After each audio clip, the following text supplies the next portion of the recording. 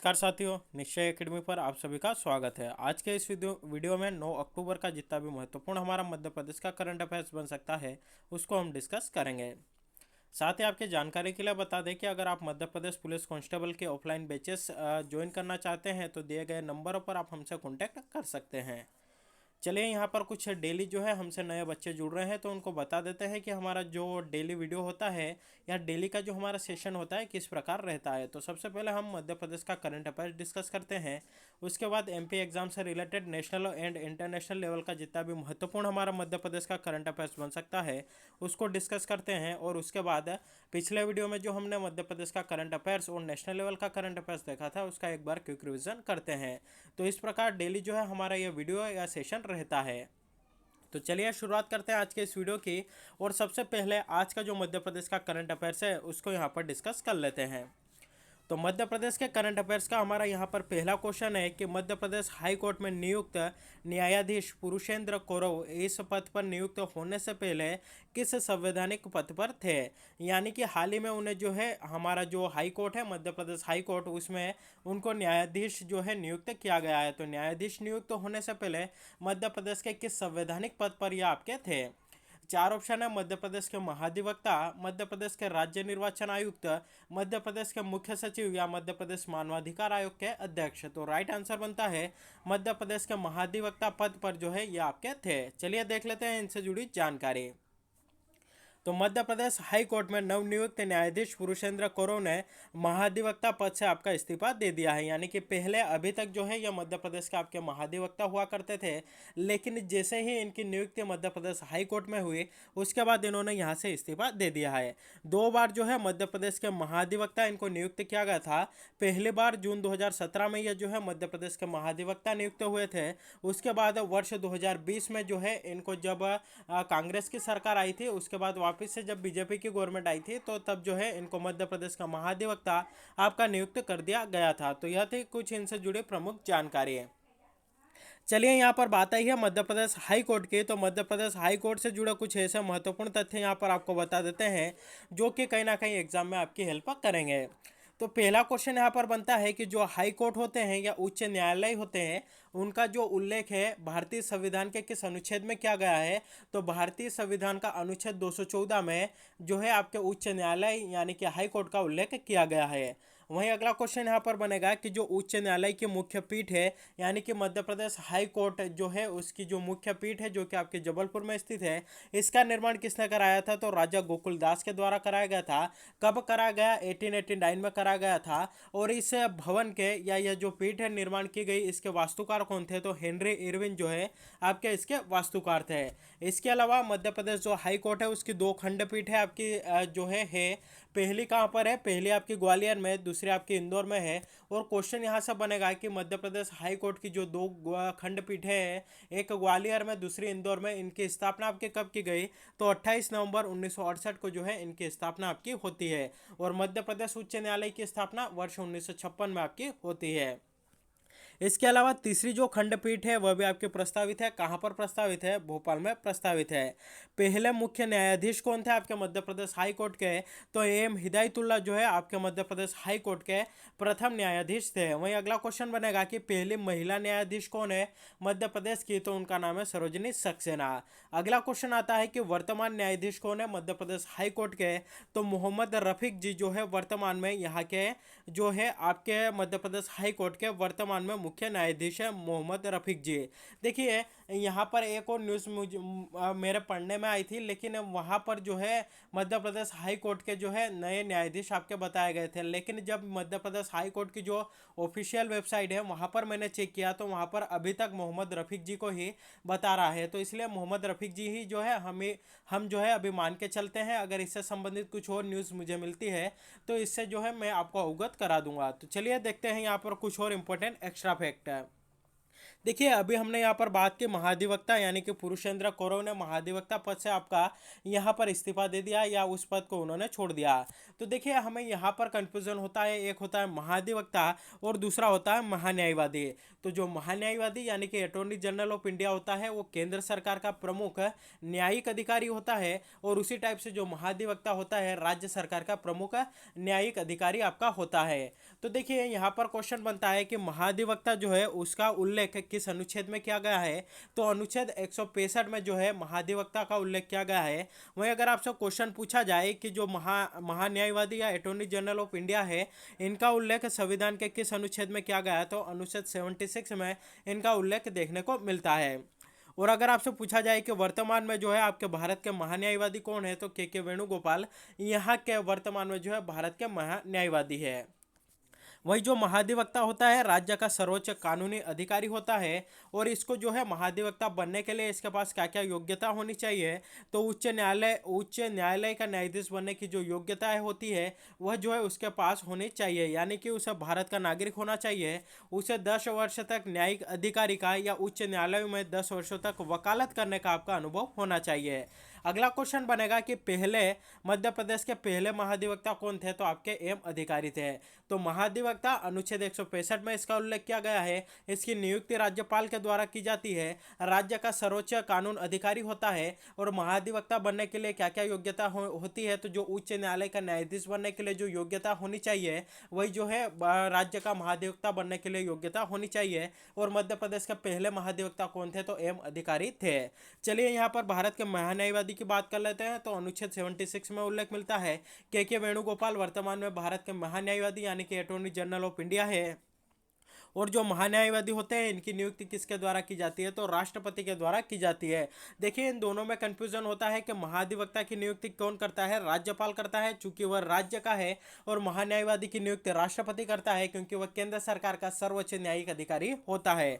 वो और उसके लिए जो है क्या क्या योग्यता होनी चाहिए, तो वो भारत का नागरिक हो, उसे उच्च न्यायालय के न्यायाधीश के रूप में कार्य करने का 5 वर्षों का अनुभव हो, या किसी उच्च न्यायालय में वकालत करने का 10 वर्षों का अनुभव हो। साथ ही देखिए, सोलिसिटर जनरल भी आपके होते हैं, और वर्तमान में कौन है, तुषार मेहता है। क्वेश्चन आता है कि सर सोलिसिटर जनरल का क्या वर्क होता है, तो जो आपका अटॉर्नी जनरल ऑफ इंडिया होता है उसके कार्यों में मदद करना, उसकी हेल्प करना सोलिसिटर जनरल का जो है आपका प्रमुख यहाँ पर कार्य होता है। और वर्तमान में कौन है, तो तुषार मेहता है।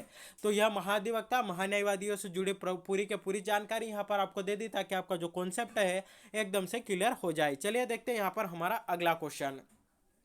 अगला क्वेश्चन है, मध्य प्रदेश के किस जिले के धनसुआ में आयुर्वेद औषधालय भवन बनाया जाएगा। चार ऑप्शन है, बालाघाट, भोपाल, सतना या रीवा। तो राइट आंसर बनता है बालाघाट जिले में। मध्य प्रदेश के बालाघाट जिले के धनसुआ में आयुर्वेद औषधालय भवन जो है आपका बनाया जाएगा।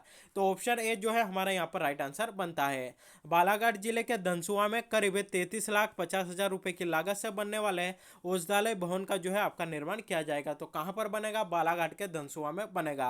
अगला क्वेश्चन बनता है कि वर्तमान में मध्य प्रदेश के आयुष राज्य मंत्री कौन है, तो श्री रामकिशोर नानो कावरे या रामकिशोर कावरे जो है वर्तमान में मध्य प्रदेश के आयुष राज्य मंत्री है। तो यह तो थी इससे जुड़ी जानकारी। कुछ स्टैटिक जानकारी यहाँ पर देख लीजिए आप। बात आई है यहाँ पर बालाघाट की, तो सबसे पहले आपको जो है मैप में बालाघाट दिखा देते हैं कि बालाघाट जो है आता कहाँ पर है। इसको थोड़ा जूम करके दिखा देते हैं। ये जो है आपका यहाँ पर देख सकते हैं, ये जो है आपका बालाघाट है। तो बालाघाट को जो है आपने यहाँ पर मैप में देख लिया। मैं और यहाँ पर जो है इसको बता देता हूँ, ये जो है आपका बालाघाट जिला है। और बालाघाट से जुड़ी कुछ प्रमुख जानकारियाँ यहाँ पर आपको बता देते हैं। तो अगर आपसे पूछा जाए कि मैग्नीज नगरी या शिकारियों का स्वर्ग मध्य प्रदेश के किस जिले को कहा जाता है, बालाघाट को कहा जाता है। सर्वाधिक लिंगानुपात 2011 की जनगणना के अनुसार मध्य प्रदेश के किस जिले का है, तो बालाघाट जिले का है। कितना है, तो 1000 पुरुषों पर 1021 महिलाएं आपकी यहाँ पर है। इसको मैग्नीज नगरी के नाम से आपका जाना जाता है। और बायोमेट्रिक कार्ड से मजदूरी भुगतान करने वाला मध्य प्रदेश का पहला जिला है। देखिए यहाँ पर डिजिटल का जो है यहाँ पर डिजिटलीकरण का जो है उपयोग किया गया है, इसलिए यह जो फैक्ट है हमारे लिए इंपॉर्टेंट बनता है। सीधा सीधा क्वेश्चन एग्जाम में आ जाएगा कि बायोमेट्रिक कार्ड से मजदूरी भुगतान करने वाला मध्य प्रदेश का पहला जिला कौन सा है, तो वह है आपका बालाघाट है। यहाँ पर एक बरवेली एक जगह है, यहाँ पर मैग्नीज की खदान है, और यह जो मैग्नीज की खदान है एशिया की सबसे बड़ी मैग्नीज की खदान है। तो क्वेश्चन पूछ लिया जाए कि मध्य प्रदेश के किस जिले में एशिया की सबसे बड़ी मैग्नीज की खदान है, तो वो आपकी बालाघाट में है। और बालाघाट में अगर स्थान पूछा जाए तो भारवेली, जो कि एशिया की सबसे बड़ी मैग्नीज खदान है। मलाजखंड यहाँ पर एक स्थल है, इसको जो है आपका तांबा नगरी के नाम से जाना जाता है। वहीं वन राज्यिक महाविद्यालय या मध्य प्रदेश का प्रथम वन राज्यिक महाविद्यालय आपका कहाँ पर स्थापित किया गया था, तो बालाघाट में आपका स्थापित किया गया था। तो यह तो हो गई बालाघाट से जुड़ी कुछ प्रमुख जानकारी। कुछ और जानकारी यहाँ पर आपको बता देते हैं। देखिए बालाघाट को अगर आप मैप में देखते हैं तो बालाघाट जो है छत्तीसगढ़ और महाराष्ट्र से अपनी सीमा छूता है। यानी कि क्वेश्चन ऐसा भी आ सकता है कि मध्य प्रदेश के उन जिलों के नाम बताइए या उन जिलों की संख्या बताइए जो कि दो राज्यों के साथ अपनी सीमा साझा करते हैं। तो पहला आपका आएगा बालाघाट है। दूसरा यहाँ पर आता है आपका सिंगरौली। सिंगरौली किन किन राज्यों के साथ अपनी सीमा साझा करता है, तो उत्तर प्रदेश और छत्तीसगढ़ के साथ अपनी सीमा साझा करता है। उसके बाद आपका यहाँ पर आता है मुरैना। मुरैना उत्तर प्रदेश और राजस्थान के साथ अपनी सीमा साझा करता है। उसके बाद आता है यहाँ पर शिवपुरी, जो कि उत्तर प्रदेश और राजस्थान के साथ अपनी सीमा साझा करता है। उसके अलावा यहाँ पर जो है आपका आता है झाबुआ जिला, जो कि राजस्थान और गुजरात के साथ अपनी सीमा साझा करता है। उसके बाद आता है यहाँ पर आपका अलीराजपुर, जो कि गुजरात और महाराष्ट्र के साथ आपकी सीमा साझा करता है। तो अगर सीधा सीधा क्वेश्चन आता है कि मध्य प्रदेश के उन जिलों की संख्या बताइए जो कि दो राज्यों के साथ अपनी सीमा साझा करते हैं, तो उनकी संख्या आपकी 6 है, जिसमें कि आपका बालाघाट शामिल है। उसके अलावा सिंगरौली है, मुरैना है, शिवपुरी है, उसके अलावा इधर झाबुआ और अलीराजपुर है। तो ये मध्य प्रदेश के 6 जिले हो गए। और अगर क्वेश्चन आता है कि मध्य प्रदेश के उन जिलों की संख्या बताइए जो कि किसी भी राज्य के साथ अपनी सीमा साझा नहीं करते हैं, तो उन जिलों की संख्या आपके 18 है। तो यह थी कुछ प्रमुख जानकारी बालाघाट से जुड़ी हुई है। अगला क्वेश्चन है, सांची के दुग्ध टैंकरों में दूध की चोरी और पानी मिलाने की घटनाओं को रोकने के लिए प्रदेश के सभी दुग्ध संघों के कितने टैंकरों में digital lock, vehicle tracking system और पीएच सेंसर आपके लगाए जा रहे हैं? चार ऑप्शन है, 155, 180, 145 या 120। तो राइट आंसर बनता है 155। जो आपके सांची के दूध टैंकर है, वहां पर दूध की चोरी को रोकने, पानी मिलाने की जो घटनाएं होती है उनको रोकने के लिए सभी दुग्ध संघों के 155 टैंकरों में digital lock, vehicle tracking system और पीएच सेंसर आपके लगाए जा रहे हैं, ताकि सांची दूध की जो गुणवत्ता है वो आपकी बनी रहे।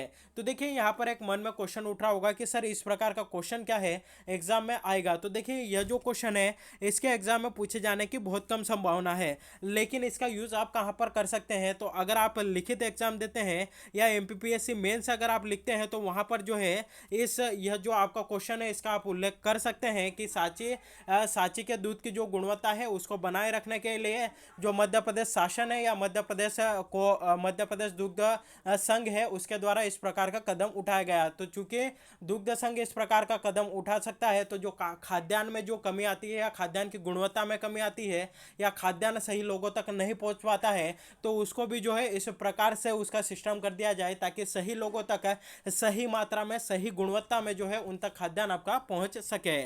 चलिए देख लेते हैं इससे जुड़ी जानकारी। तो सांची के दूध टैंकरों में दूध की चोरी और पानी मिलाने की घटनाओं को रोकने के लिए मध्य प्रदेश के सभी दुग्ध संघों के 155 टैंकरों में digital lock, vehicle tracking system और पीएच सेंसर जो है आपके लगाए जाएंगे। और मध्य प्रदेश देश का संभवतः पहला राज्य होगा जहां राज्य दुग्ध संघ द्वारा दूध की उच्च गुणवत्ता बनाए रखने के लिए इस प्रकार की पहल आपकी की जा रही है। और जो पीएच सेंसर होगा इसके माध्यम से दूध में पानी अथवा किसी भी चीज़ की मिलावट होने पर जो है आपका पता लग जाएगा। तो यह थी इससे जुड़ी जानकारी। चलिए कुछ महत्वपूर्ण इंपॉर्टेंट एक्स्ट्रा फैक्ट आपको इससे जुड़े हुए बता देते हैं ताकि कहीं ना कहीं वह एग्जाम में आपकी हेल्प करेंगे। तो पहला क्वेश्चन बनेगा यहाँ पर कि मध्य प्रदेश दुग्ध महासंघ सहकारी मर्यादित, जिसे कि वर्तमान में MP state cooperative dairy federation limited कहा जाता है, इसकी स्थापना कब हुई थी? तो वर्ष 1980 में आपकी इसकी स्थापना होती है। अगला क्वेश्चन बनेगा कि मध्य प्रदेश में राज्य पशुधन एवं कुक्कुट विकास निगम की स्थापना आपकी कब होती है? 19 नवंबर 1982 में जो है आपकी इसकी स्थापना होती है। अगला क्वेश्चन बनेगा कि एकीकृत डेयरी विकास परियोजना वर्ष 1997 में आपके प्रारंभ की गई, इसका मुख्य उद्देश्य क्या था? तो दूध का उत्पादन बढ़ाने के लिए 1997 में एकीकृत डेयरी विकास परियोजना आपकी शुरू की गई थी। उसी उसी के अलावा एक और दुग्ध क्रांति हुई थी हमारे भारत में, जिसे ऑपरेशन फ्लड के नाम से जाना जाता है। कब हुई थी? वर्ष 1970 में हुई थी, और इसका भी उद्देश्य दुग्ध उत्पादन में आपका बढ़ावा देना। और दुग्ध क्रांति यानी कि ऑपरेशन फ्लड के जो है आपके जनक किसे कहा जाता है? तो डॉक्टर वर्गीस कुरियन को आपका कहा जाता है। कब हुई थी? 1970 में हुई थी। अगला कुछ प्रमुख फैक्ट यहाँ पर देख लेते हैं। अगर आपसे पूछा जाए कि मध्य प्रदेश में कृत्रिम गर्भाधान प्रशिक्षण संस्थान आपका कहाँ पर स्थित है? तो सागर के रतौना में स्थित है। अगला क्वेश्चन बनेगा, राष्ट्रीय कामधेनु ब्रीडिंग सेंटर आपका कहाँ पर स्थित है? तो किरतपुर इटारसी होशंगाबाद में आपका स्थित है। तो यह कुछ इंपॉर्टेंट एक्स्ट्रा फैक्ट जो कि कहीं ना कहीं एग्जाम में आपकी हेल्प करेंगे, आपको यहाँ पर बता दिए है। अगला क्वेश्चन है, राष्ट्रीय अप्रेंटिसशिप मेले में चयनित अभ्यर्थियों की संख्या में मध्य प्रदेश का देश में कौन सा स्थान है? तो राइट आंसर बनता है इसमें जो है मध्य प्रदेश का आपका पहला नहीं, इसका जो राइट आंसर बनेगा मध्य प्रदेश का जो है इसमें तीसरा स्थान है। ऑप्शन सी जो है हमारा यहाँ पर राइट आंसर बनता है। चलिए देख लेते हैं इससे जुड़ी जानकारी। तो 4 अक्टूबर को आयोजित राष्ट्रीय अप्रेंटिसशिप मेले में चयनित होने वाले अभ्यर्थियों की संख्या में मध्य प्रदेश का देश में जो है आपका तीसरा स्थान है। देखिए यहाँ पर स्किल इंडिया प्रशिक्षण महानिदेशालय और नेशनल स्किल डेवलपमेंट कॉरपोरेशन के संयुक्त तत्वाधान में आयोजित राष्ट्रीय अप्रेंटिसशिप मेले में शामिल होने वाले अभ्यर्थियों की संख्या में 6,636 युवाओं के साथ प्रथम स्थान कर्नाटक राज्य का रहा है, दूसरे स्थान पर तेलंगाना रहा है, और तीसरे स्थान पर हमारा मध्य प्रदेश रहा है। तो यहाँ पर क्वेश्चन आता है कि ये जो राष्ट्रीय अप्रेंटिसशिप मेला है इसका प्रमुख उद्देश्य क्या है? तो इसका उद्देश्य है कुशल कार्य बल के लिए आपूर्ति और मांग में अंतर को कम करना है। यानी कि जहां पर स्किल की जरूरत होती है तो लोगों को उनका स्किल डेवलपमेंट करके वहां पर जो है उनके आपूर्ति करना है, यानी कि मांग के हिसाब से आपूर्ति देना। यानी कि मान लीजिए कि कोई आपकी यहाँ पर इंडस्ट्री है, वहां पर स्किल डेवलपमेंट की या किसी भी फील्ड में जरूरत है, तो जो लोग जो कि बेरोजगार हैं उनको उस टाइप का स्किल डेवलपमेंट देकर वहां पर जो है उनको रोजगार दिलाया जाएगा। तो उद्देश्य कुशल कार्य बल के लिए आपूर्ति और मांग में अंतर को कम करना और मौके पर प्रशिक्षण एवं भर्ती के माध्यम से बेहतर सुनिश्चित करते हुए युवाओं की जो आकांक्षाएं होती है उनको पूरा करना, तो इसका प्रमुख उद्देश्य था। तो यह थी इससे जुड़ी जानकारी। इसी के साथ हमारा आज का मध्य प्रदेश का करंट अफेयर्स कंप्लीट होता है। नेशनल और इंटरनेशनल लेवल का करंट अफेयर्स यहाँ पर डिस्कस कर लेते हैं। पहला क्वेश्चन है कि भारत के किस राज्य में बथुकम्मा उत्सव जो है आपका शुरू हुआ है? 4 ऑप्शन है, तेलंगाना, महाराष्ट्र, कर्नाटक या आंध्र प्रदेश। तो राइट आंसर बनता है मध्य प्रदेश के तेलंगाना में बथुकम्मा उत्सव जो है आपका शुरू हुआ है। देख लेते हैं इससे जुड़ी जानकारी।